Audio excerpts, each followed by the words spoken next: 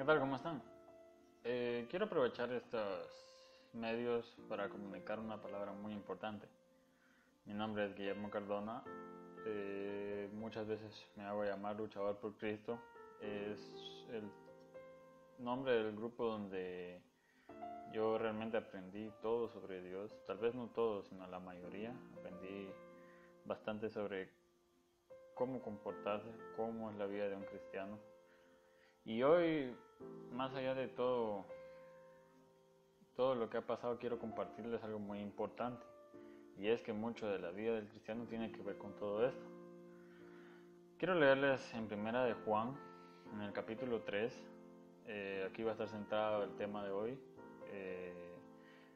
Básicamente es sobre el comportamiento del cristiano. ¿Qué es lo que pasa? ¿De dónde viene el cristiano? Entonces, miremos, leamos en 1 Juan 3:1. Dice: mirad cuál amor nos ha dado el Padre, que seamos llamados hijos de Dios. Por esto el mundo no nos conoce, porque no le conoció a Él. Aquí te das cuenta de la importancia que dice que el Padre nos ha dado amor, pero solo con eso podemos ser llamados hijos de Dios. ¿Y qué es lo que pasa? Que como muchas personas no conocen a Dios, no pueden ser llamados hijos de Dios. Por lo tanto, Dios no va a conocer a los que no son hijos de Dios. Dice, porque el mundo no nos conoce. El mundo nos tiene apartados. Y en este caso dice, porque no le conoció a Él.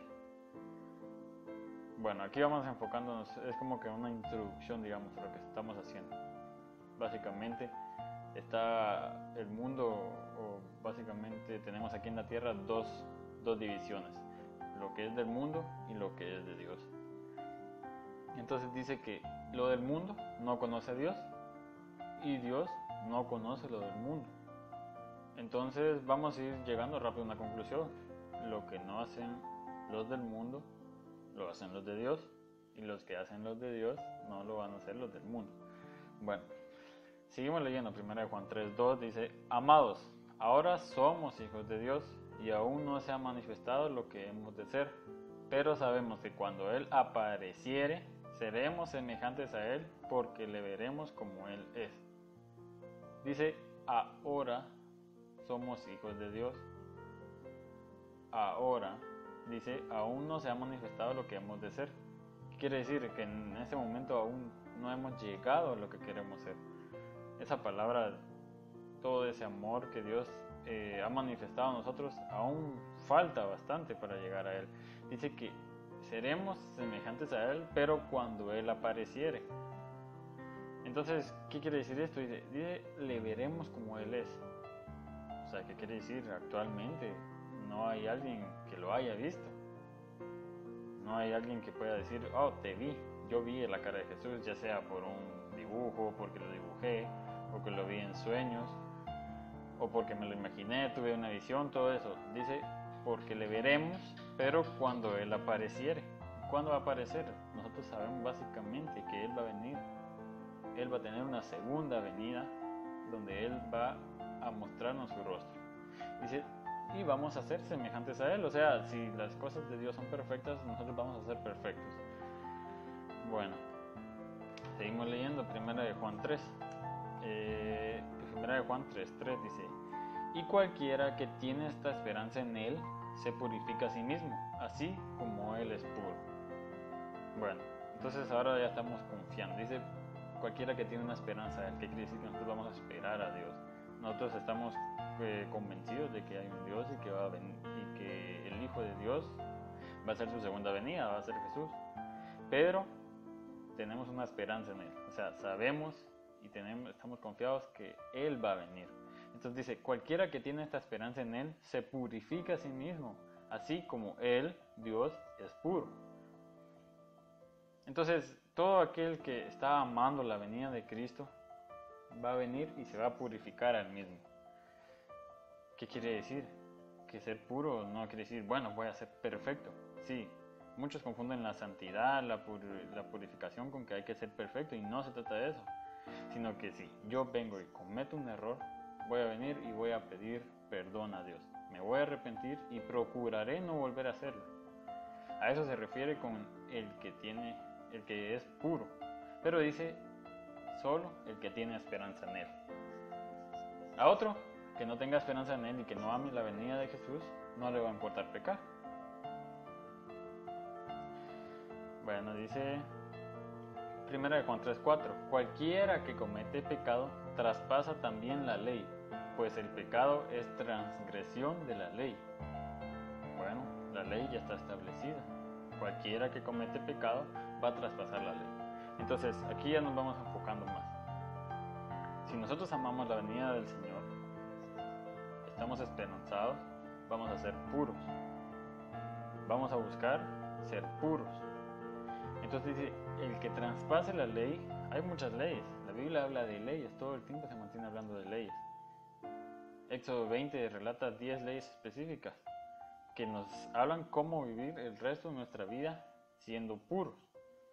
Pero dice que cualquiera que comete pecado también traspasa la ley. O sea que si alguien comete pecado, lógicamente, digamos, en un juicio, la ley cae sobre él.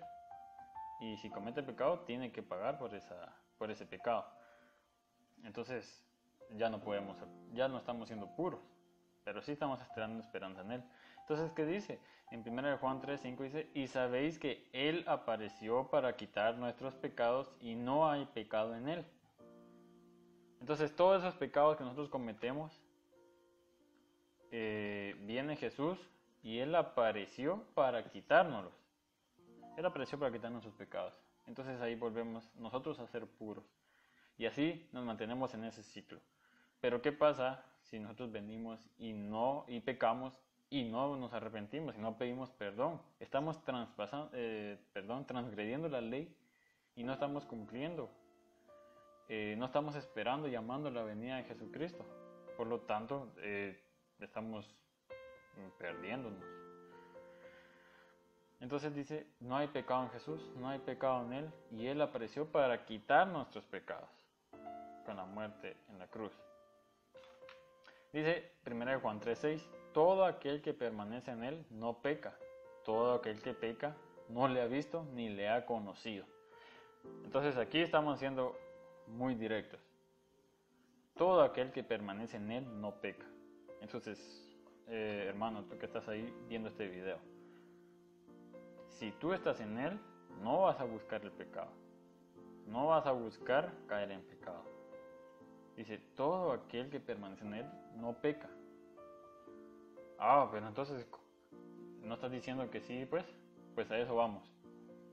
A que el pecado va a caer por algo inconsciente, digamos. Algo que tú no vas a tener la voluntad de venir y pecar. Sino vas a hacer algo como que, ya pequé. Dice, no le ha visto y todo aquel que peca no le ha visto ni le ha conocido.